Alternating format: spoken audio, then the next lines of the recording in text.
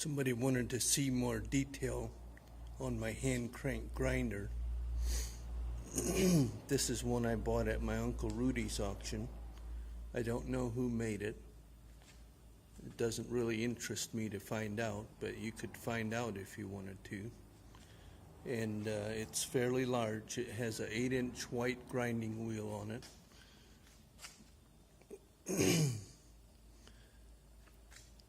It has a tilt angle. You can tilt it one way or the other. I always use it upright for my hand tool sharpening. It has the rest on the side for sharpening scythes or whatever you want to with that. I built a box to set it on. It's on my workmate right now. I built a box to get it up to the right height for me to crank easily. And then on this side I attached a block and tool rest from Lee Valley Tools. It's the Veritas tool rest. It's a very good piece of equipment. You can adjust it any angle, or you can adjust the height. And that's a little more detail on my hand crank grinder. I'm sharpening this plane iron here from a 604.5 bedrock plane. This is a new Hawk plane iron. It has the Hawk logo at the top. And for wood planes, you want to sharpen them at 35 degrees. So I have this adjusted. The tool rest is adjusted so it will grind the plane iron at 35 degrees. This was previously sharpened, so all I'm doing is touching it up a little bit. I have the back polished already for the most part, and all I'm going to do is grind it for a new edge. So I'm holding it with my left hand and cranking with my right.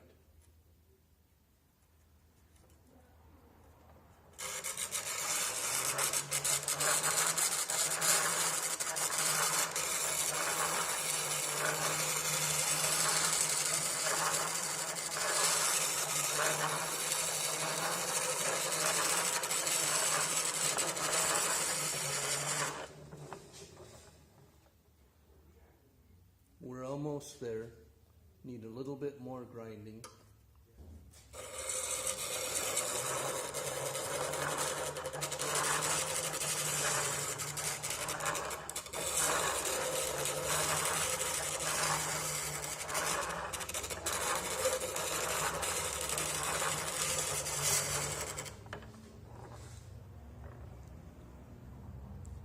Need just a little bit more at the left edge.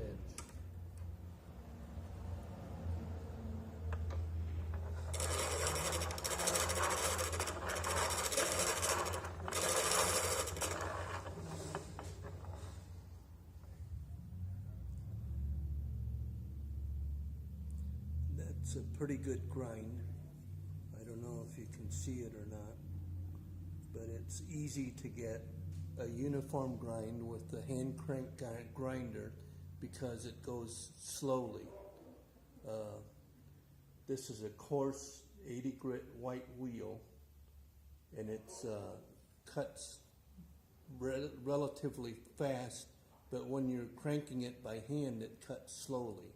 So I have a nice even grind right there, and this is ready to hone.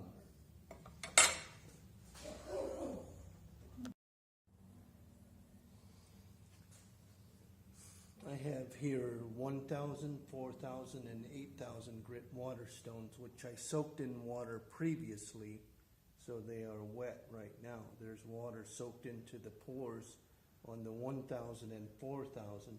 The 8,000 is so fine that the water won't soak into it, but you can just put water on top.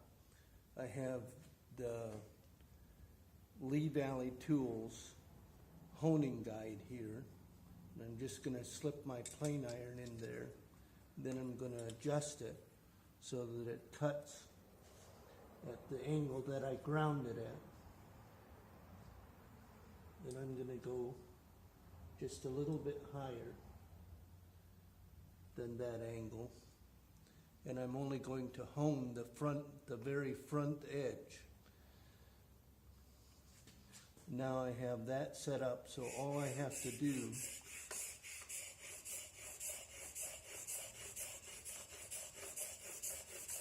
I hone it like that, and water stones cut very fast. So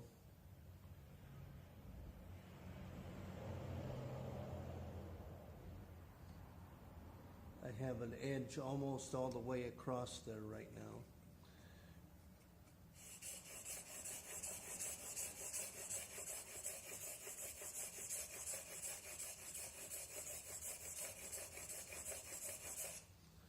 And I can probably feel, I can feel a little bit of the metal curls back a little bit at the front.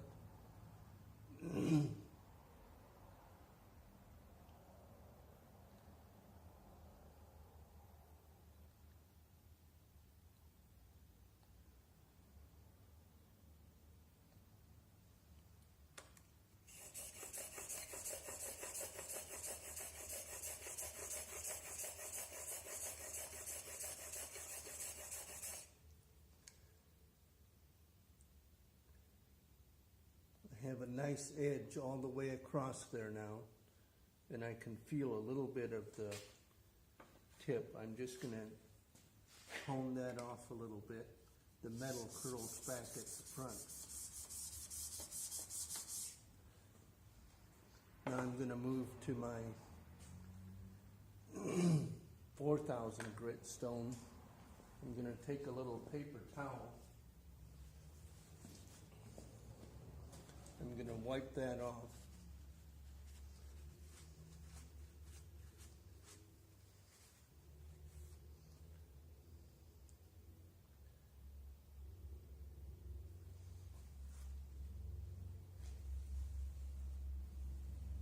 And I'm going to do the same thing on the 4,000 grit stone. And you can tell it's not cutting as much.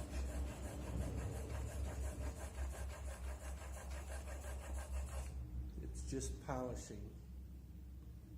and I can feel the edge on the back side, and I'm just going to hone that off.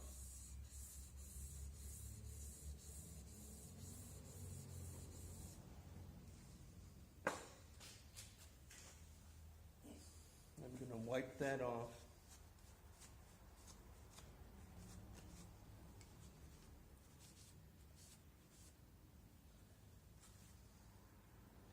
Then I'm going to go on my 8,000 grit stone.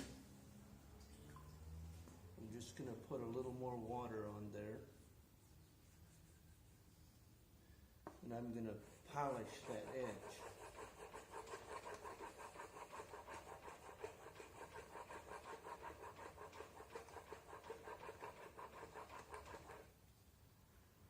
You have to keep your water stones flat.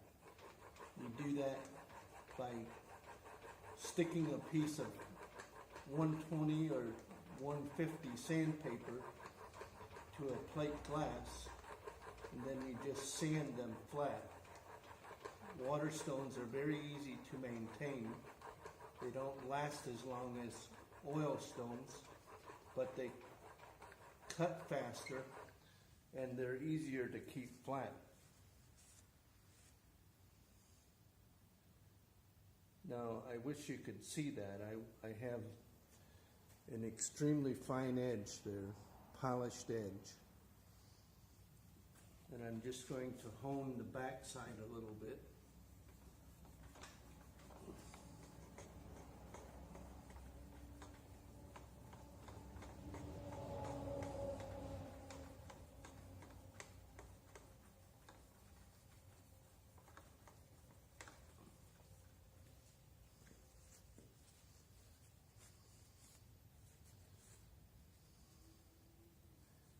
take this off.